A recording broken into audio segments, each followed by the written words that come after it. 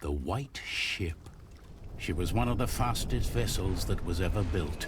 The man who should be king of the English now, the son of King Henry, was on board when she sailed off. And with the prince there were 140 knights and many nobles, all on their way from Normandy to England. They say the ship hit the rocks, and then a fire broke out. Even before the White Ship had departed, the prince and his men had begun to drink and get violent.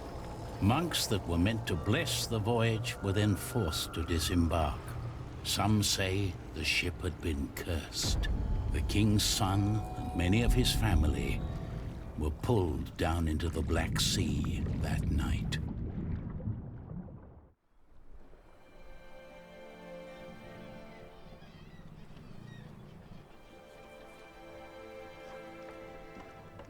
You're forgetting one important detail. Not only these monks, but also Stephen of Blois, the king's nephew, left the ship before it embarked. They say he got ill. That old rumor. The same Stephen who calls himself the King of the English now. What? That cannot be a coincidence. Yes, it can be. Of course he's king now. He survived. He is the king's nephew. What do you think, my lord? I think Stephen is a clever man. Clever enough to have his whole family perish. But why he would want to rule that god-forsaken rock, I will never understand. What makes you say that? I love my country. Then why are you leaving? Well, because I want to see something new. I'll tell you what you're going to see. A proper country, where people know how to behave.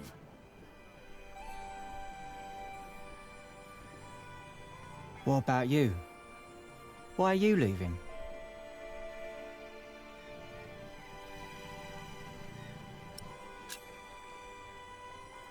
I had no reason to stay. Really? Huh. I guess I should stay out of other people's business. Forgive me. You English do talk a lot, don't you? I just don't know how to feel about leaving my country for the first time. I mean, how should anyone feel?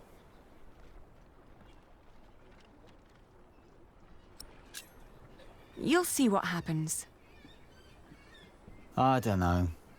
Maybe I'm just running away.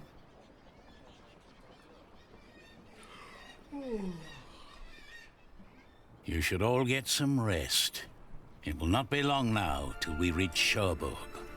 Thank the Lord. I can't wait to be back.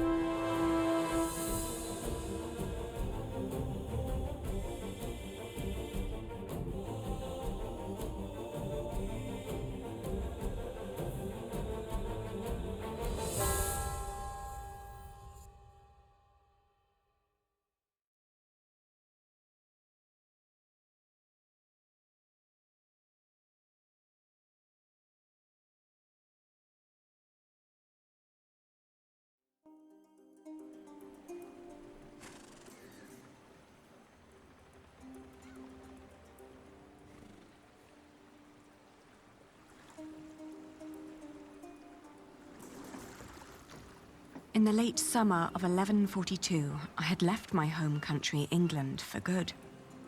My old life lay in shambles, as did my former home of Kingsbridge. Having failed both my friends and family, I had set out to find my baby's father, the man I still loved with all my heart, Jack Jackson. And so early one morning in July, I finally arrived on the shores of Normandy. With nothing on me but a pouch of coin and a young, curious face yet unnamed, who was just as unfamiliar to this new world as was I.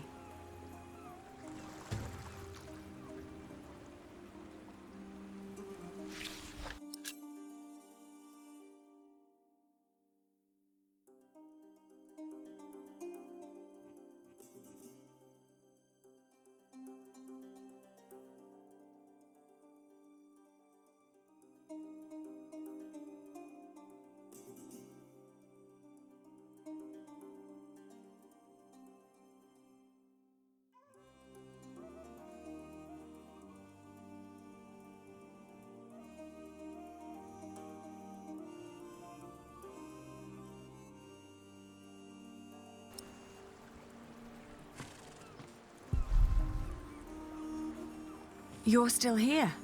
Oh, it's you. I'm just trying to get my feet used to good solid ground again. The last bit of our voyage wasn't exactly my pint of ale. That hammer you're carrying, do you happen to be a mason? Actually, I am. You have a keen eye, mistress. I guess I just know a mason when I see one. To be honest, I haven't been one long. Just finished my apprenticeship in Salisbury. Before that, I used to shear sheep with my parents, but I guess that wasn't really for me. Father still hates me for leaving, though.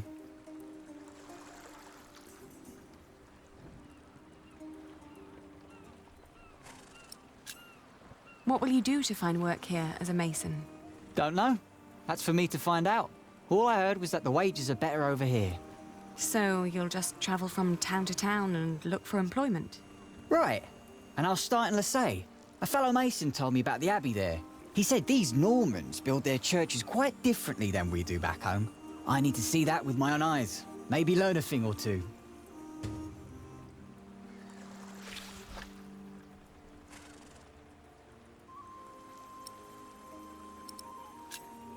Do many masons go to Lassay? I dunno. It's really just a tiny town. The mason who told me just happened to do some repairs there once. It's likely he told others as well. I'm looking for someone. A red-haired mason called Jack Jackson. He came to France about a year ago or so. A fellow mason, great. Unfortunately, I wouldn't know a thing. After all, I just arrived here with you. I know, but should you meet someone like that on your journey, tell him Aliena of Shiring is looking for him. All right. Jack Jackson. I'll keep an eye out for you. Thank you. Have a safe journey. Oh, thank you. You too.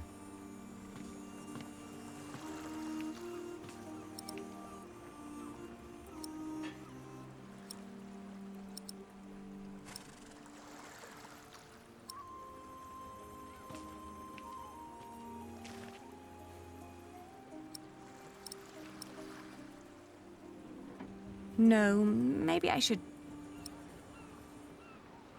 Where did you go, Jack? Good day. I am looking for someone. A traveler who came through here last summer. Oh, hush now. I need to talk to this man. Looks young. He was born at the beginning of summer. What's his name? I haven't given him one yet. You should. He needs to know who he is. Makes growing up a lot easier.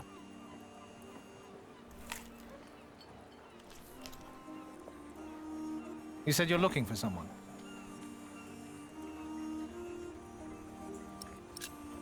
The man I'm looking for looks a bit like you, actually. A bit more boyish, though. So he has red hair, but no beard. Well, I don't know every redhead around these parts. There are quite a few of us. Most of my family here in Cherbourg is ginger. Oh, his name is Jack Jackson, and he is a mason. No. No, sorry. I haven't seen him. And I come here every day. And maybe May saw him. She helps the sailors get their cargo to the nearby towns. Carries travelers, too. I'll ask her. Well, thank you.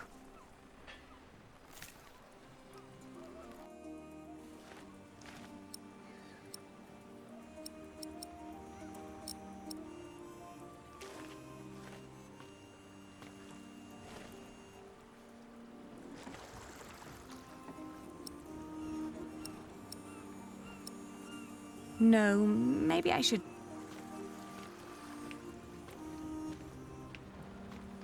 Hey, you. That's quite a bundle you got there. Where are you headed?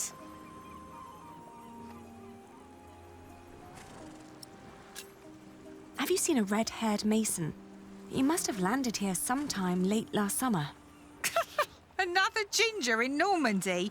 I wouldn't have noticed, even if he was carrying a hammer instead of a fishing rod. Maybe you should ask someone in Barfleur. That's where all the travellers come through, the pilgrims and kings. Their lot rarely lands in Cherbourg, with the fortress passing back and forth between Stephen of Blois and Geoffrey of Anjou. Why you even came to Cherbourg in the first place baffles me. It was the earliest ship I could get. You must be in some hurry, madam. Let's just say I needed to get away before I changed my mind. Fine with me. Who am I to judge?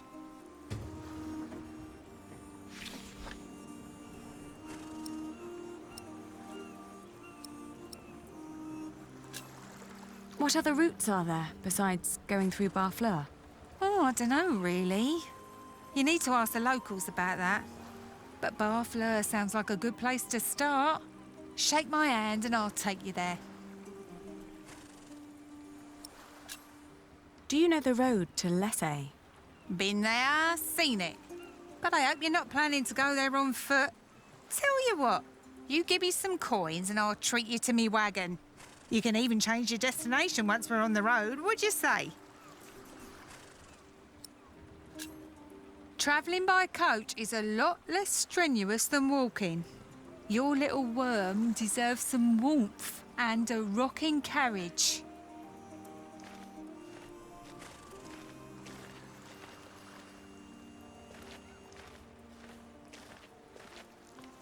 Changed your mind, madam? You know, I reserved a cosy spot. All right. Take me out of town. All right. Where do you need to be?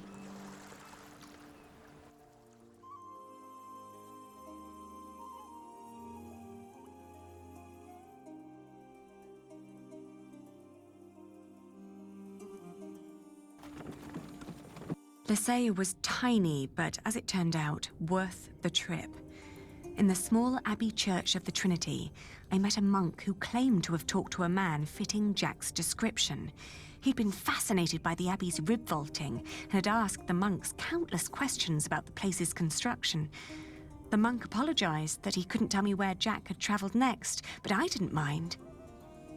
I lay down to sleep on the floor of the abbey guest house and, for the first time in almost a year, I felt relief. As I drifted into sleep, I hugged our baby tight and whispered into his tiny pink ear, "We're going to find your daddy."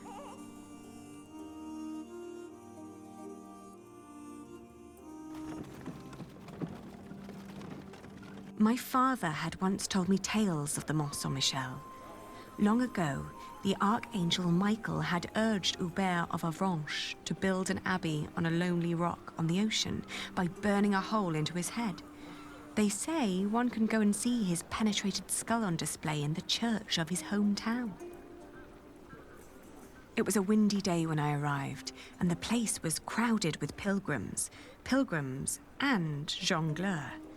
I remembered Jack's fascination with these tellers of stories. I spoke to one who was just taking a break. As it happened, he had indeed met Jack, although not in Mont Saint-Michel, but on a road heading east from there. Apparently, Jack had been hopelessly tracking jongleurs who might have known his father, Jack Cherbourg. But as he'd been gradually running out of money, he'd intended to look for work in Le Mans or Tours. That was about 6 months ago. I was catching up.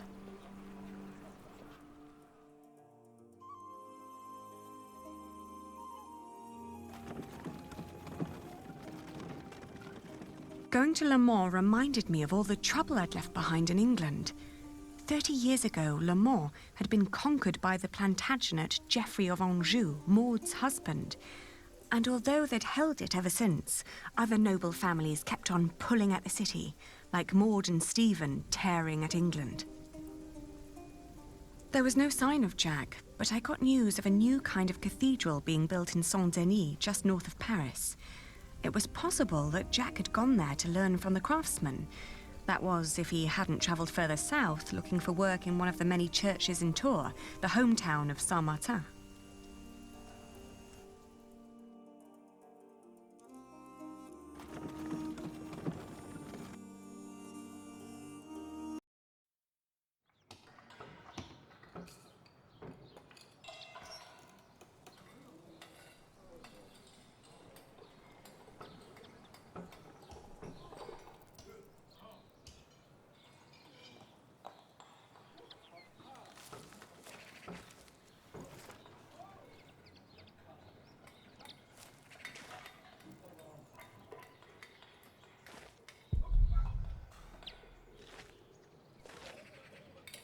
Good day. Are you the master builder?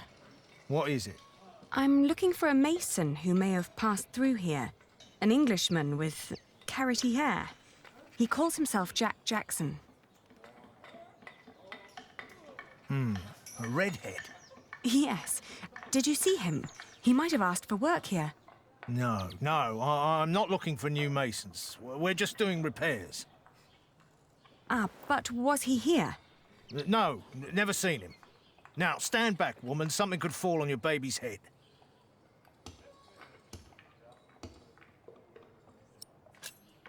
I was told he wanted to come here. Well, maybe he changed his mind. Are you sure you haven't seen him? I am.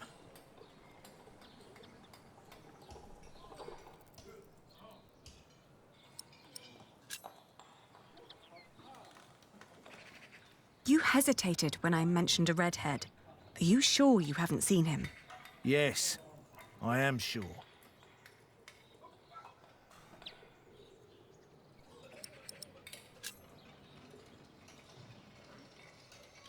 I don't believe you. Well, that's your problem, not mine. Why won't you tell me what you know? All right, he was here. Was working for me. But I had to throw him out after 2 or 3 days. Why? Because he was all want. Let me redesign the roof, let me make the nave lighter. All pretty ideas, but he never shut up long enough to do the work he was supposed to do. Shit, that man was almost as needy as my son when he was still a brat. He does know a lot about his craft. Well, I know masons like him. They grow up gifted, but without a mote of discipline in their guts. Can't work with someone like that. Do you know where he went next? No idea. Maybe to Limoges or Angoulême. Maybe even to La Rochelle. Seemed to have plans for every cathedral on God's green earth, but none for himself. I understand. I'll leave you to it then. Bon voyage.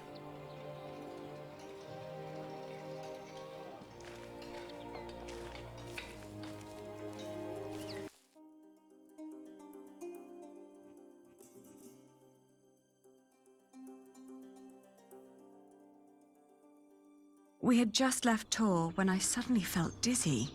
I stopped and made rest, trying to catch my breath, then lost my breakfast in a ditch at the side of the road. To my horror, our baby too had grown pale, his breath shallow like that of an old man. I tried not to panic, but the next inn was a long distance away and we couldn't stay on the road where it was wet and cold.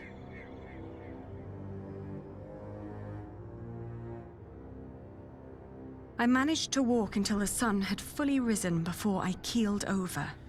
A knife merchant who'd been travelling behind me flagged down a coach heading back to Tours and haggled with the coachman to carry me back to an inn. Back in Tours, the fever got worse.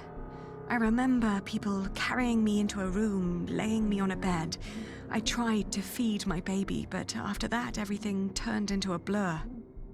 When I awoke, Jack was standing next to my bed. He scolded me for following him. "You know you could go anywhere you want," he whispered. "Why be stupid and follow me?" I tried to answer, but he just opened the window and jumped out, heading toward ancient Greece, or maybe all the way to Arabia. And in my feverish mind, I followed him.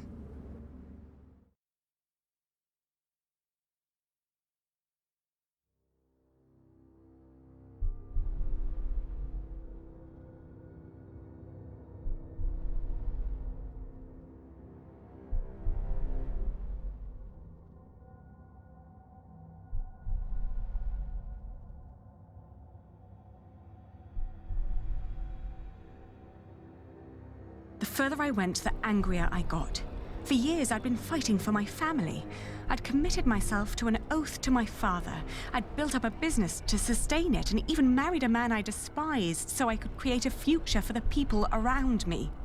I'd known nothing but my duty to the men in my life, while the man I was trying to find lived a life of casual irresponsibility.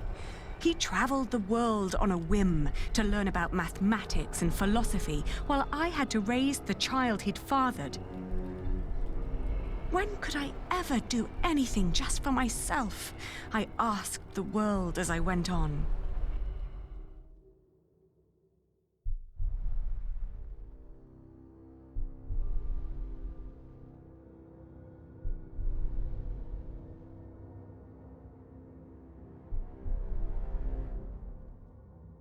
I'd travelled in a circle all the way to the edge of the world and back, only to return to the place of our failure. With my eyes closed, I listened to the sound of ripping yarn and crumbling walls, and of coaches carrying good people away into a cloud of crimson dust.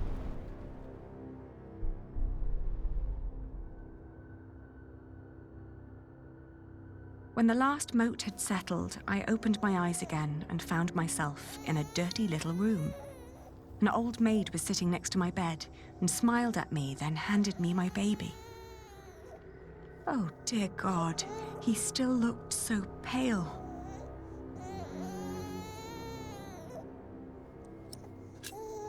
I tried to feed him, but he refused. Oh, please, God, let him live. Don't punish him for my own sins. I gently caressed his head until finally he put his mouth to my breast and drank more and more, becoming greedier with every swallow. We had both been spared. We rested one more day. Then I gathered my things and headed back to the cathedral to thank the Lord for his mercy.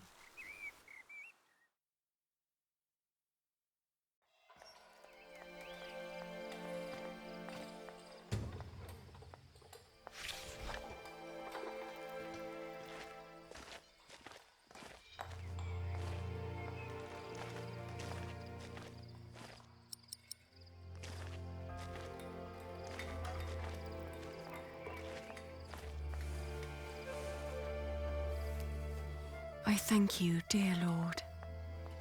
All right, steady now. I thank you for having spared my child. I thank you for... Don't let go until it's done. But why are you showing mercy on me? I failed everyone I cared about. I failed Jack. I failed my brother. And if I never return, I would also break the oath I had given Father. It's just that I feel like I've never had a life of my own. I've always fought for others. And this may be the very first time that I fight for something that I only want for myself. Maybe I should just go back and help rebuild Kingsbridge. Maybe Jack doesn't even care for me anymore. Amen. Huh.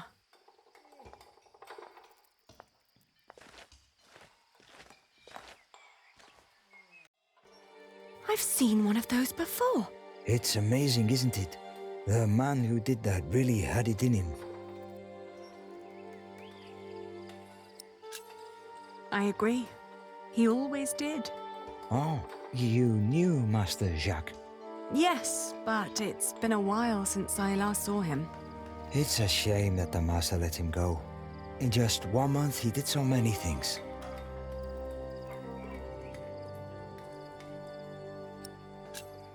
The master builder said he'd fired him after just 3 days.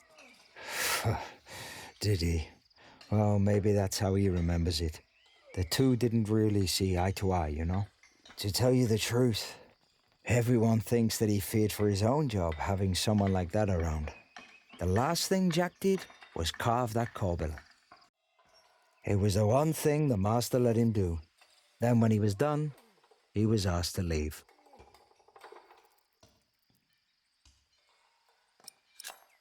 Your master said he had no discipline. Let me tell you something. Jacques worked very hard on it. He was impatient and had a temper, but you could see that he tried to overcome it. Conquering that rock was very important to him. Oh, I understand that so well. Do you happen to know where he went next? He wanted to walk the pilgrim trail to Santiago de Compostela. The Camino? The Way of St. James? He said he might find someone there who knew his father. Just one more thing. How was he when he left? Never thought about that. Relieved, I guess. He seemed ready for something new. Thank you so much for your help. Think nothing of it. And good luck on your travels. May you find what you are looking for.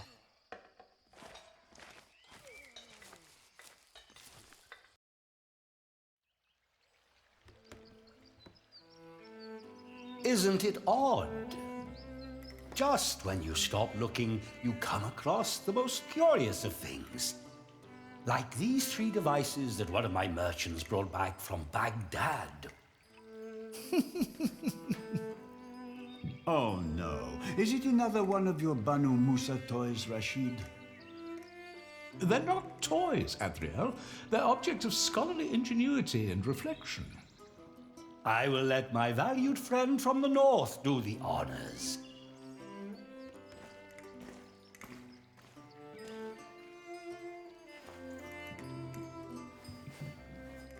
Jack, if you may.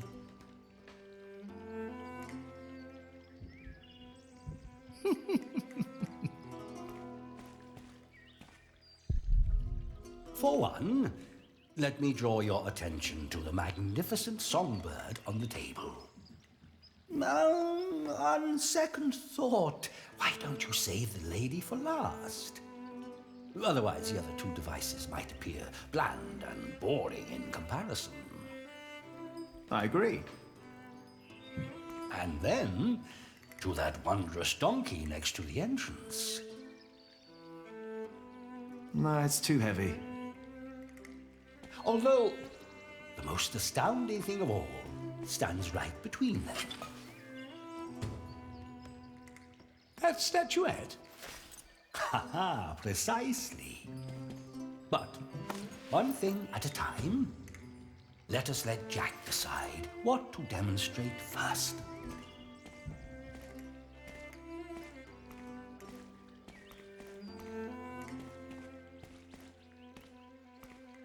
No, it's too heavy.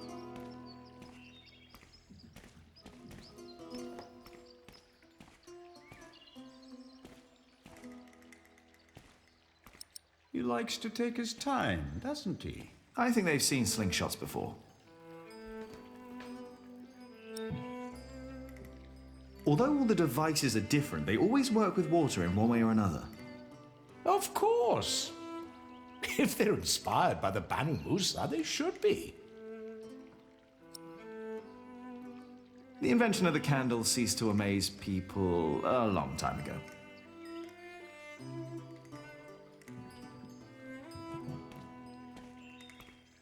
No, keep that candle away. Why? What would happen if you set it on fire? Yes, Rashid, we're curious. You are not. You're just... And so are you. This isn't part of the presentation. They won't be impressed with this.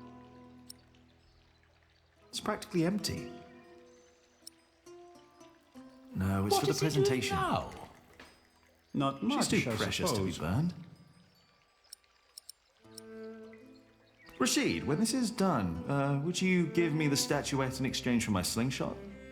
Only if you can tell me how she works. It's a deal. And you finish the performance for my friends. Yes, go on, please.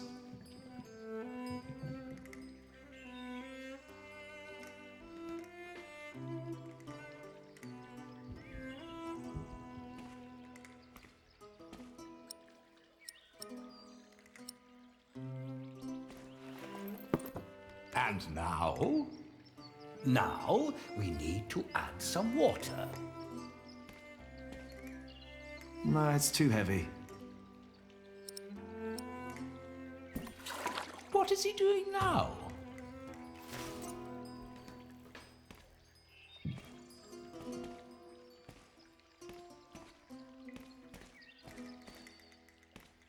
No, it's too heavy.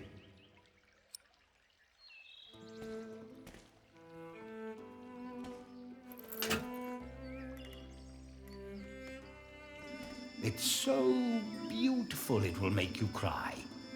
Just listen.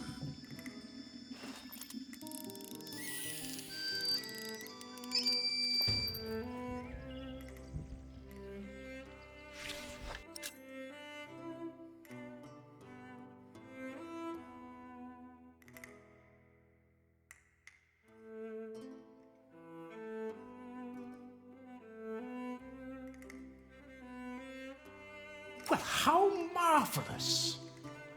How does it work? Maybe it's a miracle. Right. Go on, Jack. Tell them.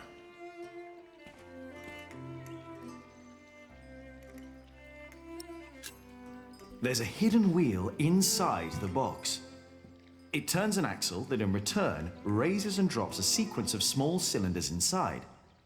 These cylinders work like fingers playing a flute. But who is blowing into the flute?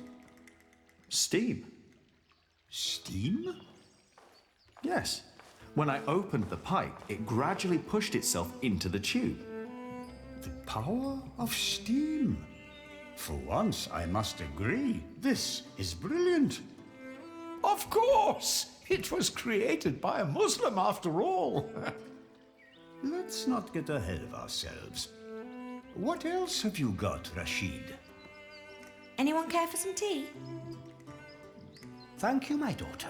We will have some as soon as Jack has finished our presentation. Mind if I watch? Of course not. So, who is this man, Rashid? Jack is a friend of the house. Don't let me distract you, Jack. A brilliant man, a scholar and a talented artist. Just the other day, he explained Euclid to me. No, it's too heavy. What is that? No, it's too heavy. I could watch this man. A Greek who wrote a book called The Elements of Geometry. The Egyptians translated it into Arabic, and now the Englishmen are turning it into Latin. How very peculiar. You showed it to us already.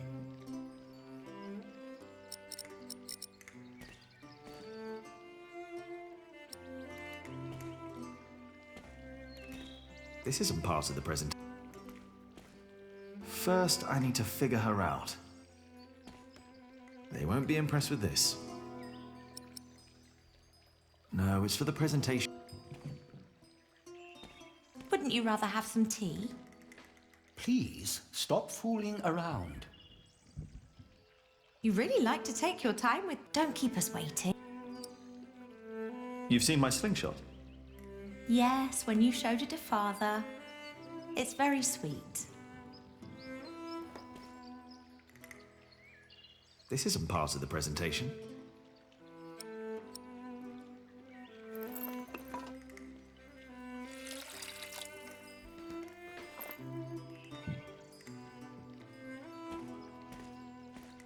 Now, watch the head. Just any moment now. There. Did you see? It threw up. Rashid, this is disgusting. Oh, far from it. Would you kindly explain how it works, Jack?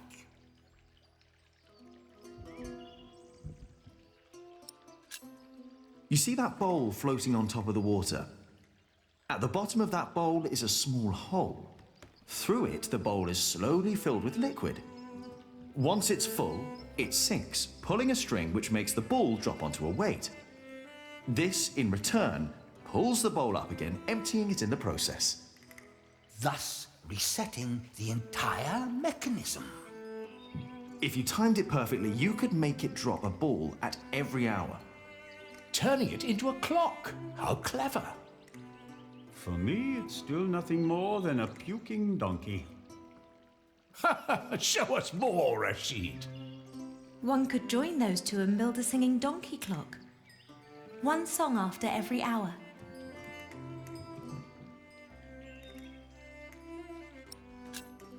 That would be... I know, right? You could be the one to build it. Oh, that would be unfair. It's your invention. I would let you have it. Or we design it together.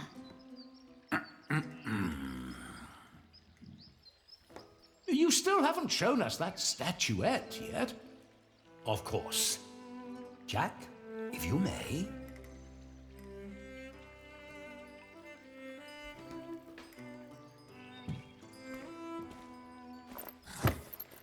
Oh, you will love.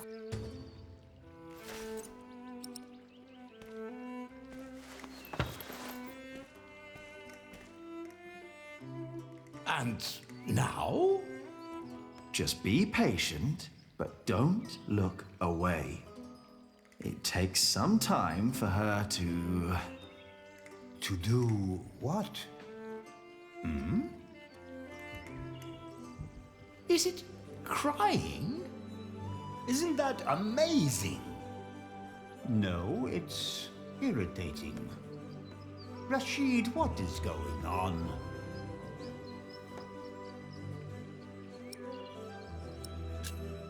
We have no idea how it works.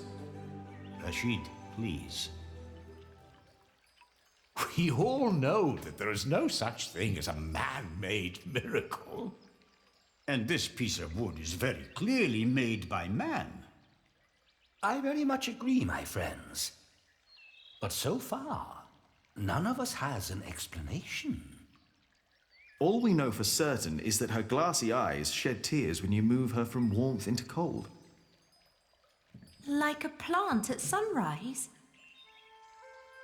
Like dew. The only difference is the surface, that's all.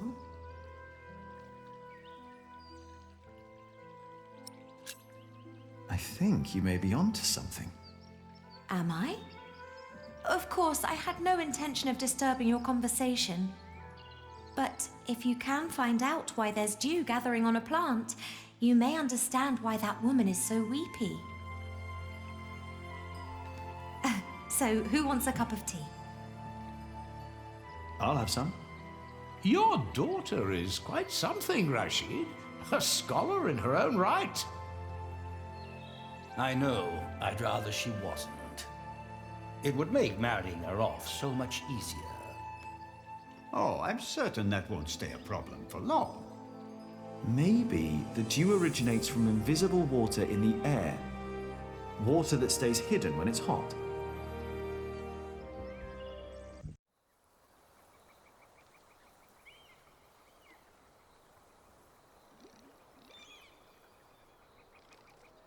The pilgrim trails across France converged at Osterbat in the foothills of the Pyrenees. There, the group of 20 or so pilgrims who had been travelling alongside me since I'd left Tours swelled to about 70. Some were prosperous citizens, some probably on the run from justice, a few drunks, and several monks and clergymen.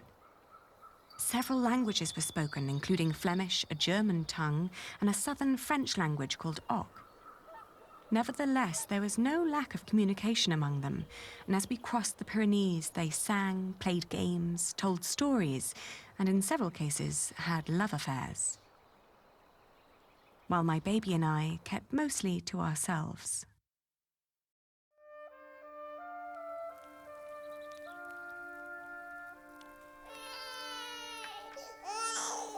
Ganz schön frech, die mit ihrem Kind.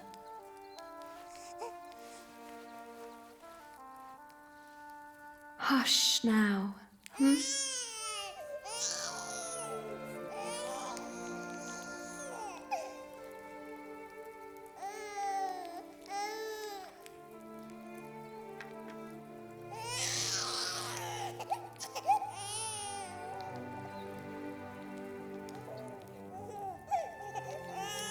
Richtig dreist. I'm sorry. He has to cry himself out before he'll fall asleep. It will give you a strong voice one day, won't it? Do you have children? Kann ein Mann nicht einfach mal seine Ruhe haben? Der Weg aus Babenberg war doch anstrengend genug.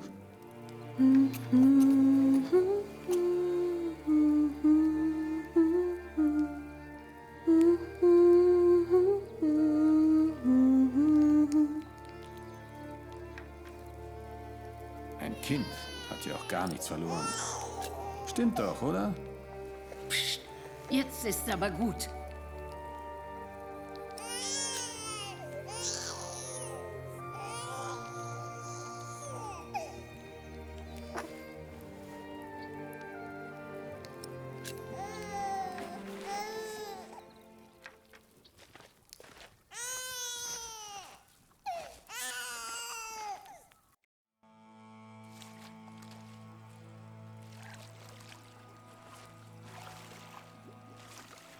Tomorrow.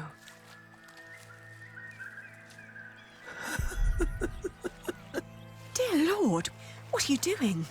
You should get out of the water. It's freezing. My ring! I lost my ring! Dear Lord, please show mercy.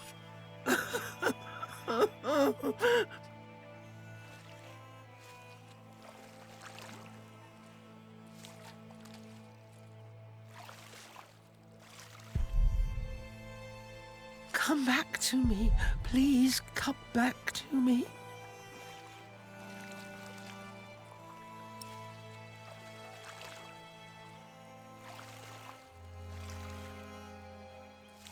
I'm glad I never had to use my dagger. I'm only keeping it for a moment. I'm Where glad I are never had to you? use my dagger. Where did you I'm only go? keeping it for emergency.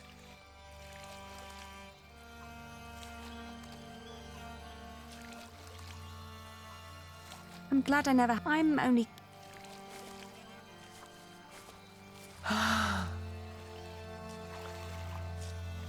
The cold will kill you. I can't leave with...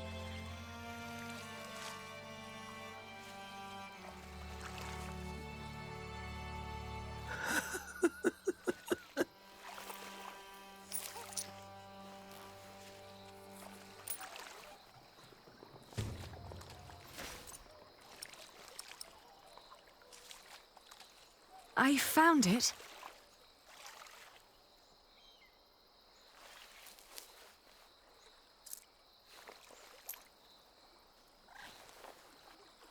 Yes! Oh, thank you! Thank you so much! You are a very kind woman. So very, very kind. I'm glad I could help. Yes, yes, thank you. Thank you so much.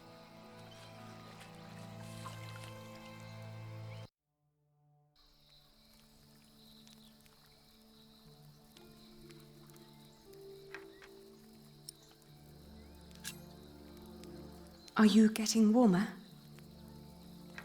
I am, thank you.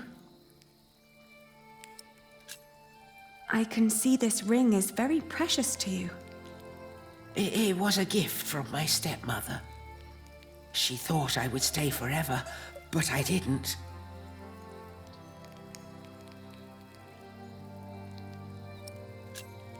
Why did you leave?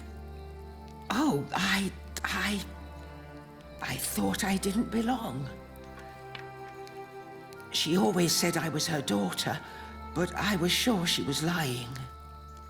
I was so selfish and so stupid. Too stupid to see I really was happy.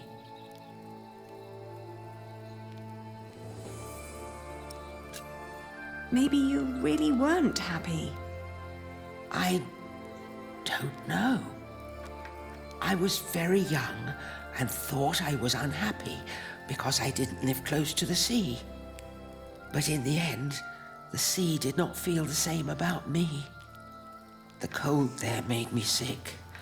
It took away my sight. It was courageous of you to leave. You did what your heart told you to. I was stupid. So stupid. Ah, that's why you went on the pilgrimage. Yes, so that St. James might see my devotion, and I will be united with my mother in heaven. I'm just not as kind as you.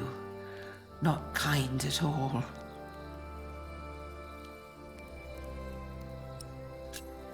Actually, we two have quite a few things in common. I too am trying to make amends with the one man I loved the most. I was told he went straight to Santiago. You will know soon. Not soon enough. It's still 4 weeks till I get there. He'll be there, I'm sure of it. I hope so.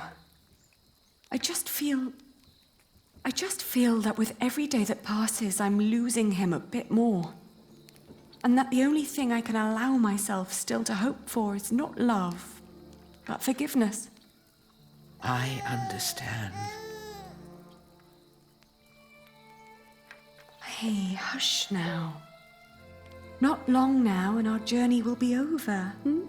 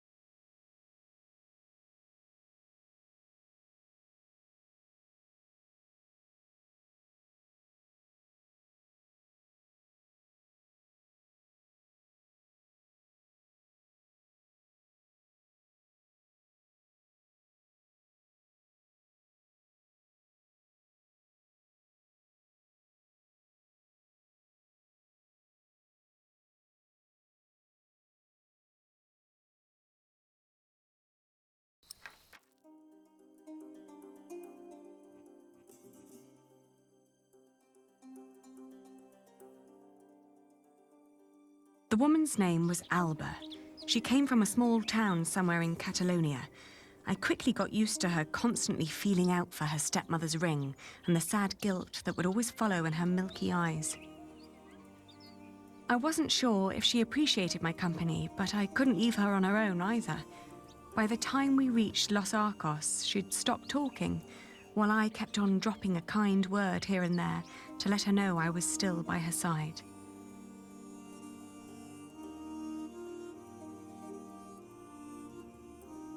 Alba believed herself to be of weak mind and body, and yet she walked the Camino with a strong sense of purpose that willed her onward.